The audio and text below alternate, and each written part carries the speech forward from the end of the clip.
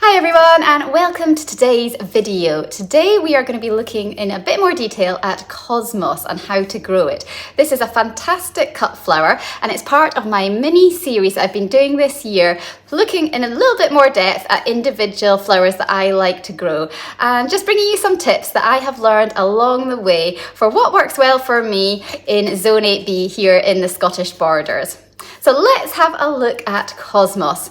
Cosmos is a fantastic annual flower, so that means that when you sow the seeds, it will flower the same year for you and then it will set seed and that'll be the end of its life cycle. It won't come again the following year for you. You'll have to sow it again. It is a cut and come again flower, so it will flower for you all summer long, right up to the first frost, which is fantastic. And there's so many different varieties as well to try at home. And it is a really easy one to grow from seed. So I'll take you through that in a little minute. But first of all, let's have a look at my top reasons why you should grow cosmos. So there's so many reasons why it's great to grow cosmos, either as a flower farmer or to enjoy in your gardens. And the first one, as you can see here, there is a bee enjoying the cosmos there at the front. And bees just are really attracted to cosmos. If you grow it in your garden, you'll see lots and lots of bees on all your flowers. And this is really nice that it is helping the wildlife.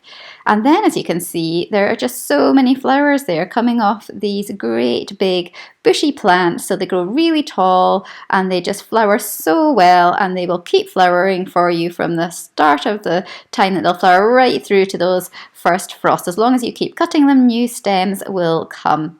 And also there's so many different varieties now. There's new ones that are coming out all the time. For example, I started trying apricotta last year, which was really gorgeous. And there's other ones like Daydream, and there's White Purity, and there's the Fizzy series, and then there's Xanthos.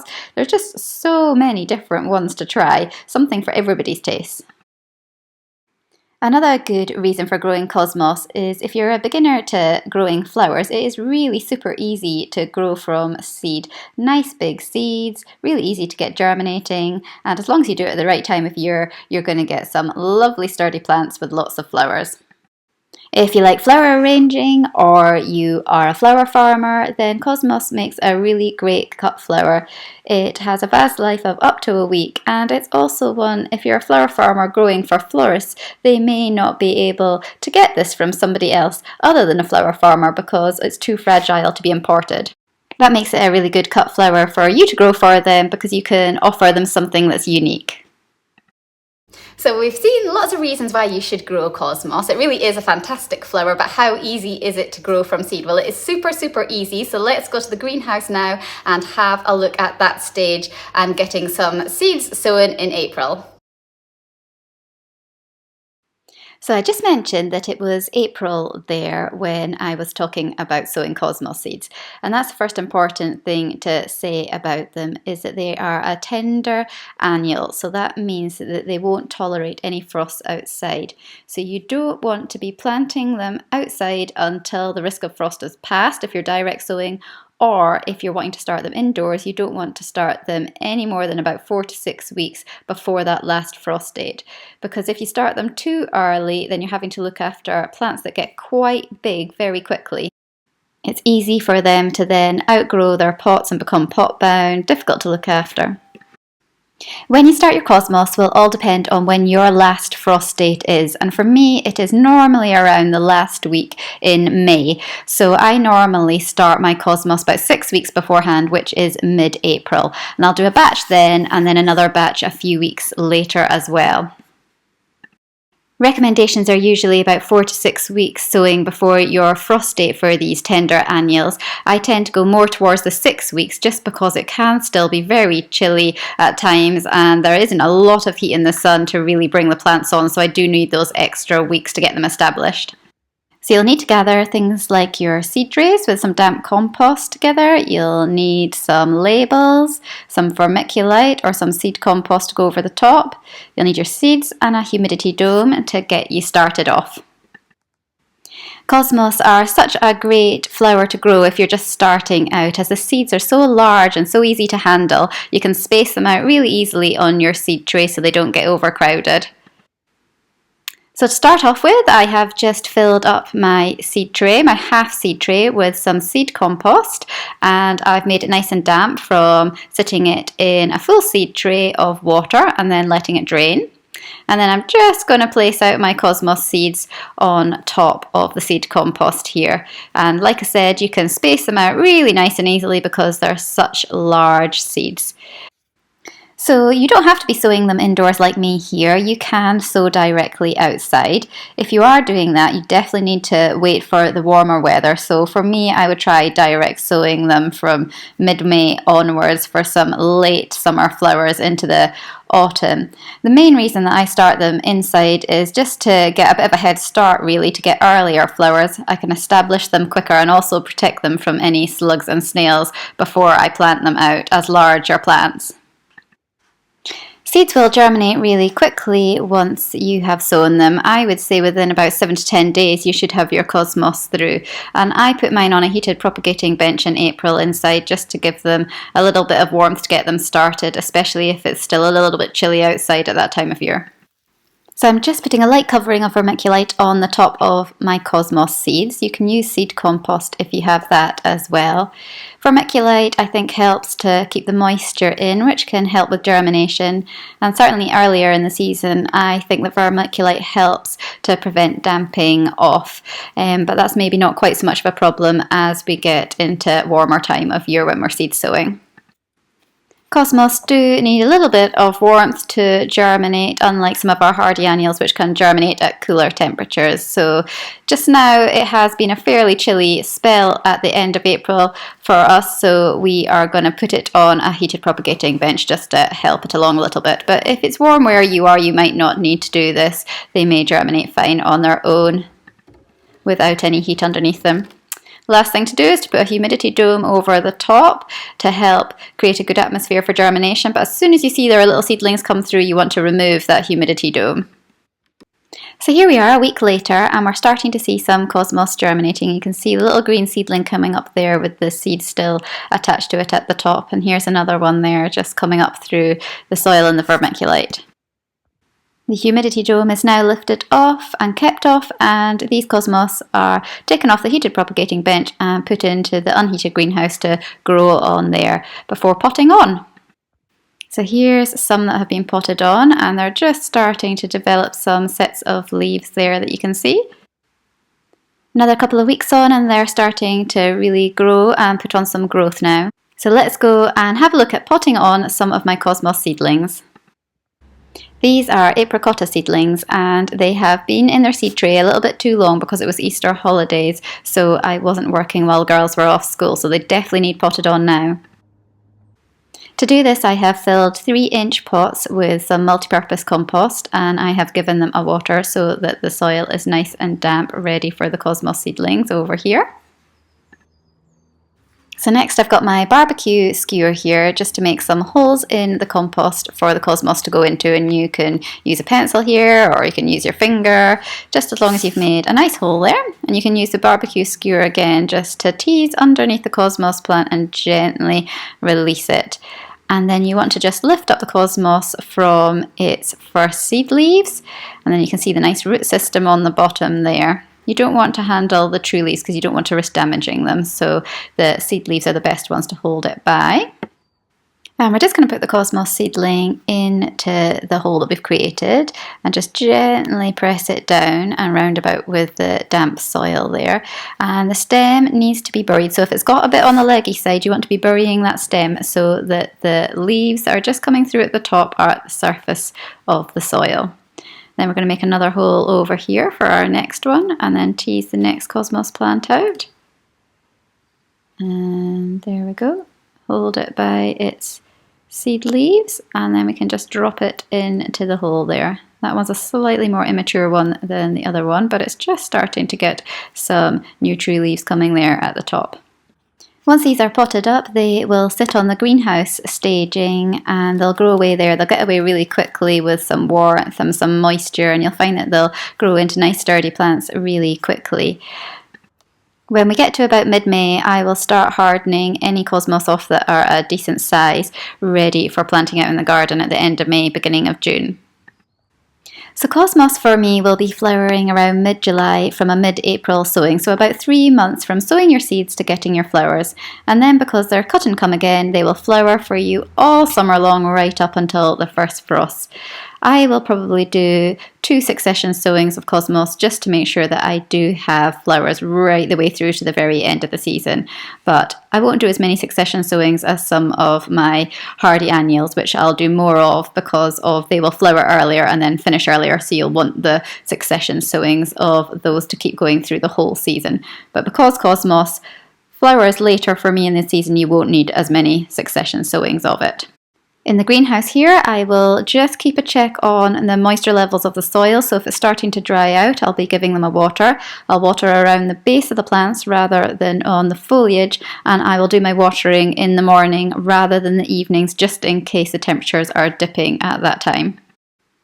In the last week, we have had some really cold temperatures coming back in at night time. It's got as low as -2 degrees, and that is enough to kill your cosmos in an unheated greenhouse outside.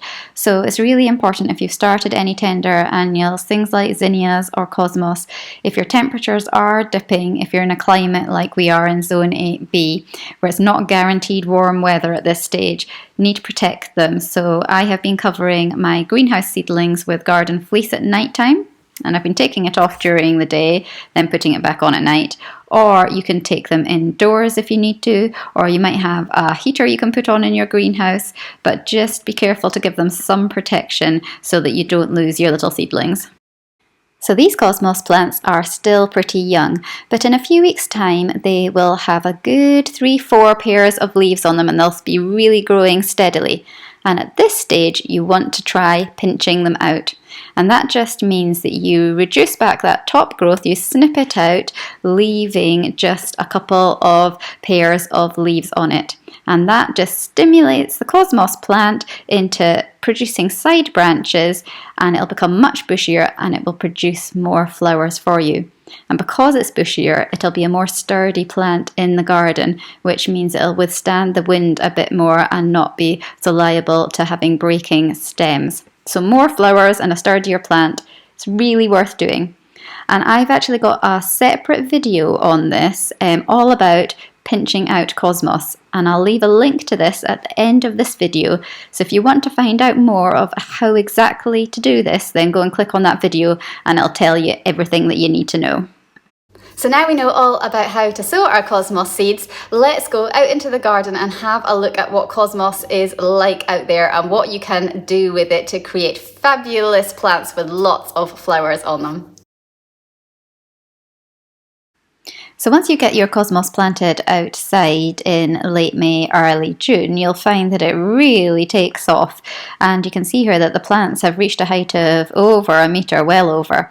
And because of that, they definitely need a lot of support. So the wind and rain will snap these stems very easily.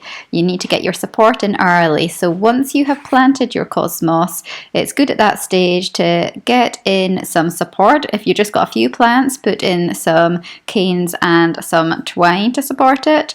Or if you have got a lot of plants, you're growing like a flower farmer like I am, you can put in your posts and you can put your horizontal netting over the top, stretch it down the bed and let your cosmos plants grow up through it, and that will provide them with some support. And you may even want to do 2 layers, one above the other with a few inches apart with that, so that it's got a lot of support to grow through. And that will stop it from toppling over in any wind or rain that you get, especially as you go towards that end of the season when it gets to about late September, October time, when we do start getting some more wild weather, but you still want your flowers to be doing really well for you. Another thing I do with taller flowers like the cosmos that are going to go right through to the end of the season, as well as having that horizontal netting in place, I also put stakes in at either end of the bed, and then I put lengths of twine running right down the bed to the other tree post, and it's tied on really quite tight. And I put that at a couple different levels, as you can see, and that just stops the cosmos from coming out and flopping over the edges as well, especially when it gets tall. It just gives some extra support there too. So in terms of spacing, you want about at least 30 centimetres between your rows because of cosmos plants will bush out, and between plants down the rows at least 30 centimetres to 45 centimetres spacing, because they are large plants and they do need lots of room to grow. So cosmos are great if you are just starting out growing flowers, because once you've got them planted out in the garden with the right spacing and a bit of support in place so they don't topple in the wind, you can pretty much leave them to their own devices. You're not going to need to feed them. They don't require any special soil type. They'll be quite happy in many different soils, and as long as they're in a sunny position in your garden or on your flower farm, then they will bloom away for you all season long. So one of the things to say is that not all cosmos are really, really tall like the ones that I am growing here. You can actually grow some cosmos that will look great in your borders and in your containers. Things like the Sonata series or Xanthos I have found. That's a pale lemon coloured one. I found that grows a lot shorter as well. And in these cases, if you're growing those shorter varieties, you may not need to stake them at all. So in a minute we're going to have a look at my flower arrangements with cosmos in them and have a look at the varieties that go into those. But just to identify some in the garden here, these white ones here are Cosmos Purity, and I use them a lot in wedding work. They're a lovely pure white flower, very simple and very elegant. There is a double click series that have more ruffled petals. There's lots more petals to them. They're not as simple as the Purity Cosmos. And this is double click cranberries that I've been growing here, and it's very pretty. This is one of my favourites. It's Cosmos Daydream, and I've been growing it for years and years, and I've used it so often in wedding work. It's just a very pretty light pink cosmos. This is Cosmos Dazzler, a really deep pink variety, and it certainly does dazzle because it is just such a brilliant pop of colour in the garden. And if you like your bright cosmos, then there is a Bright Lights series of them, which will give you lots of lovely oranges and yellows and give you lots of colour in your garden. Because I know I've today shown you quite a few of my favourites, which tend to be the more subtle ones I've used in wedding work. Cosmos makes a fantastic cut flower. It will last up to a week in a vase for you, and as the flowers fade on one part of the stem, you'll have other flowers that are just coming out on the other buds that you have cut. So you can cut it as a spray and it will have lots and lots of lovely flowers on it for you. But let's go and have a little look just now at some tips about how I harvest them and get the most from my cosmos. So when I go down to the garden to harvest my cosmos, I take a bucket of clean water with me and my snips. And what I'm looking for is I am looking for flowers at a stage that are ready to cut. So you can see some here that are fully out. Now these would be too late for cutting for using in arrangements. If you were having an event that day and you wanted them to be fully out, then that would be okay if that was the only day you wanted them to be in bloom. But if you're wanting the longest vase life, for instance, you're sending them to florists or you're making a bouquet, you want to have them at a more immature stage.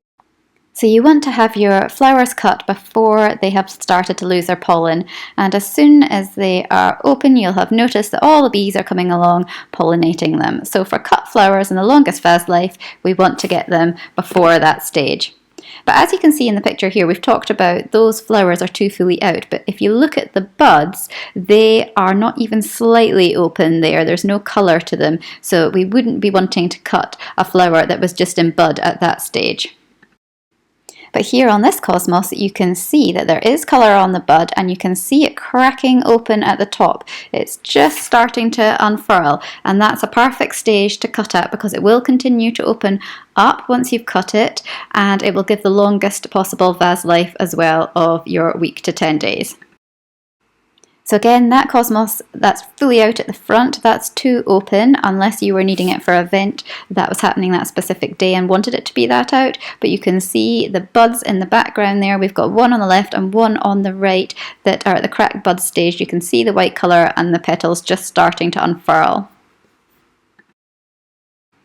So when you're cutting your cosmos, you can cut quite deeply into the plant. You're wanting to promote the plant into creating nice long stems in the future, so cutting deeply helps with this. It's kind of like you're pinching out. And you want to cut just above a leaf node, just above a pair of leaves, and that will stimulate further growth.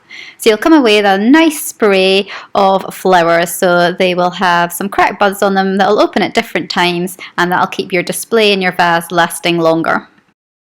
So I will cut my cosmos in the early morning or the early evening when the sun isn't strong, and I will cut it into buckets of clean water. You don't need to add anything to the buckets other than clean water, and you just need to give them several hours to condition and to regain all that moisture before arranging.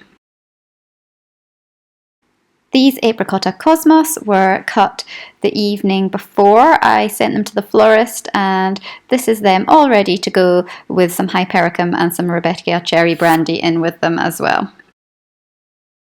So I've been growing cosmos now for 9 years, and I've used it in so many arrangements. It's gone in my jam jar posies, it's gone in my bouquets, and it has gone in my wedding flowers as well. It's really versatile. There's so many different varieties, as we have seen, so you can fit it in with different colour schemes, which can fit in with whatever a bride would like on her wedding. So let's go and have a look at some of my flower arrangements just now, so you can see how I've used them and how they go so well with so many different flowers.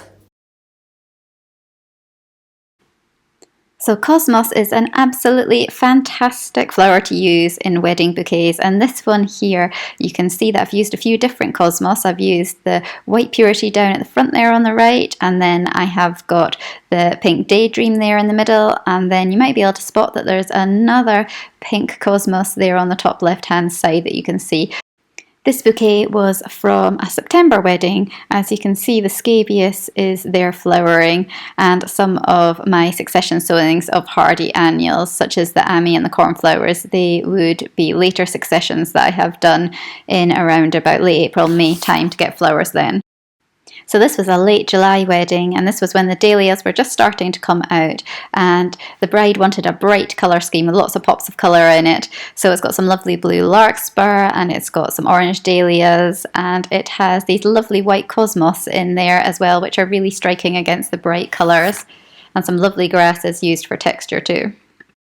This lovely wedding bouquet was all about the pinks and whites, and I was able to use these lovely pink daydream cosmos in this bouquet, which look absolutely lovely next to the white nigella, and we've got some pink mallow there, and some lovely Achillea the Pearl, white scabious, and some lady's mantle as well for filler. This is a bridal bouquet from August. Can you spot the pink cosmos down there at the front next to the perennial blue scabious? And we've got some white glitter eryngium in there as well, some white phlox. And this was a beautiful bouquet. I really enjoyed making this one.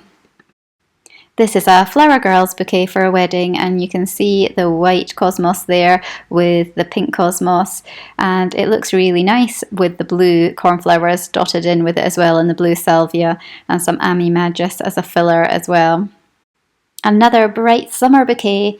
This one is later in the summer though, because we've got the rudbeckia and we've got the sunflowers and the dahlias all flowering, but we've got those lovely white cosmos again, which are just looking really striking against the yellow flowers that we've got. This lovely bouquet was from a September wedding, and it has some lovely white cosmos in it again, and the white really does look really good with the blue of the salvia and the blue of the cornflowers and the light pale blue of the perennial scabious there as well, and the lilac-y blue of the phacelia. And these white purity cosmos really are beautiful in bouquets. So cosmos can be looking really, really good still in October time at the very end of my season. This was an October wedding, and you can see the white cosmos here is with some lovely grasses in this bouquet, and some perennial scabious and some annual scabious, and we've got some hesperus, which is a second flush there, and some Ami Magus and some yarrow as well. As well, it's been absolutely fantastic to use in wedding work. Cosmos is brilliant to use in jam jar arrangements and in bouquets as well, and I use it a lot on my stall flowers. Here you can see Cosmos Daydream on the left there, looking absolutely gorgeous next to those pom-pom dahlias. And here again you can see it in another jar arrangement, and this one is much later in the season because you've got the asters out, so this is in October time. This Cosmos is still going strong. Here you can see some lovely Cosmos next to these dahlias and scabious in a nice September bouquet that went to a lady locally. And here is this lovely apricotta Cosmos that you can see next to the Rebecca Cherry Brandy and the yellow helichrysum there, and it looks absolutely stunning. So I'm definitely growing that again this year. I was really pleased with that last year. And you can see the apricotta there on the right hand side in this bouquet as well. It's maybe a little bit difficult to see, but there are quite a few Cosmos apricotta dotted in this bouquet and look absolutely beautiful next to the phlox and helichrysum. In this cheerful bouquet, you can see that the white Cosmos again really stands out against the flowers that are in the bouquet. We've got some pink chrysanthemums there, some yellow sunflowers, and we've got some dahlias and helichrysum as well, some astrantia. This is a September bouquet. So because Cosmos is really versatile, you can use it in so many different arrangements. And you can see this Cosmos here is an example of double click bicolour rose, and it's got lots of lovely fluffy ruffled pink petals on it.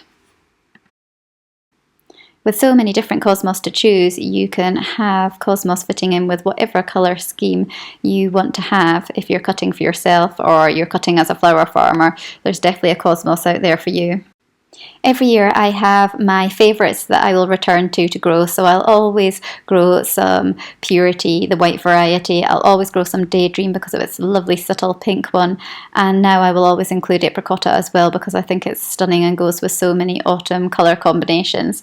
But I love trying new varieties as well, and two that I'd really like to try are Apricot Lemonade and Antiquity. They might have to wait till next year though, because I think I've probably done enough shopping for seeds this year, but they're definitely two I'd like to try in the future. Have you ever tried growing any Apricot Lemonade or Antiquity? Let me know how you've got on with it.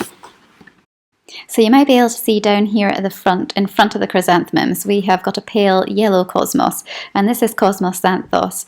And I really love the colour of this, but I have found that it is a shorter Cosmos, so it's not giving me really long stems. It's absolutely fantastic if I want to use it in jam jar posies or if I want to just enjoy it in my garden, but for long stems and bouquets, I haven't found it's got the stem length there.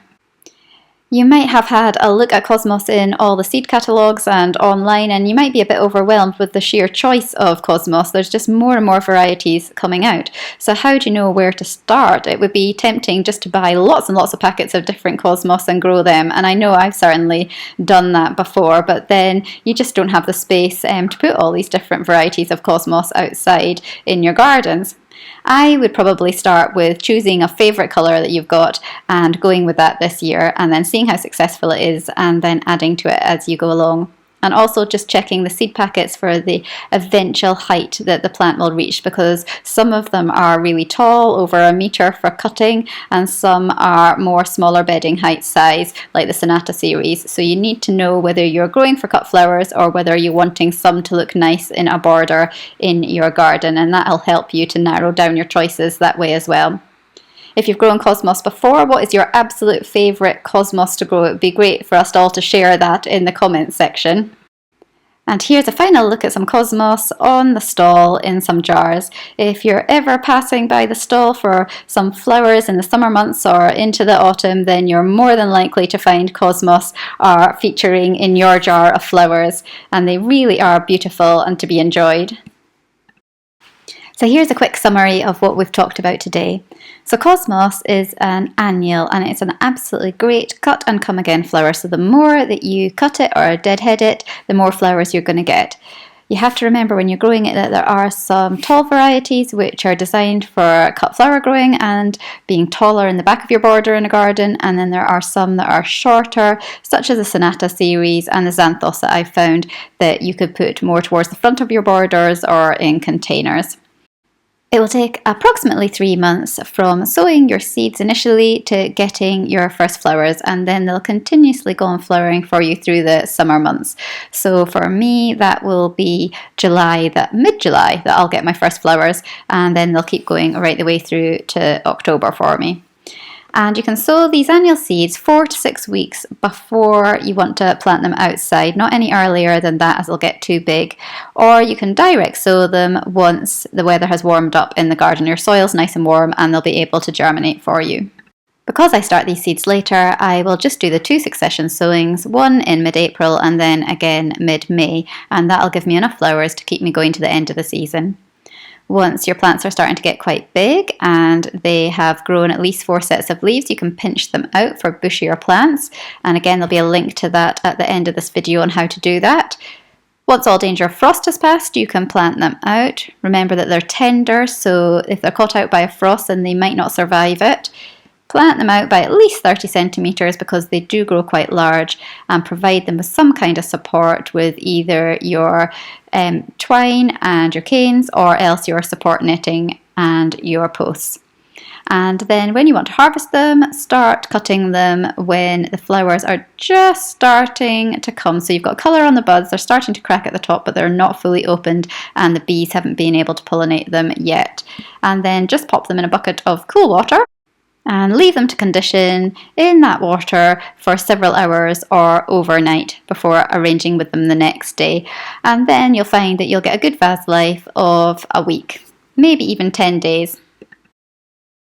So thanks very much for watching my video today all about cosmos. If you've been enjoying it and you'd like to find out more about my other flowers in the mini-series, so far I've done some on Arlea, on Daucus, on corncockles, on cornflowers, and you can find them all in the playlist on my YouTube channel. If you're enjoying the videos, please do like and subscribe. It's great to have you following along on my flower growing journey. And we'll be back again next week when we're having a look round the garden at the end of April. So thanks for watching today, and here is the link to that pinching out cosmos video so that you can find out what to do with your cosmos plants to get a bushier plant and lots more flowers.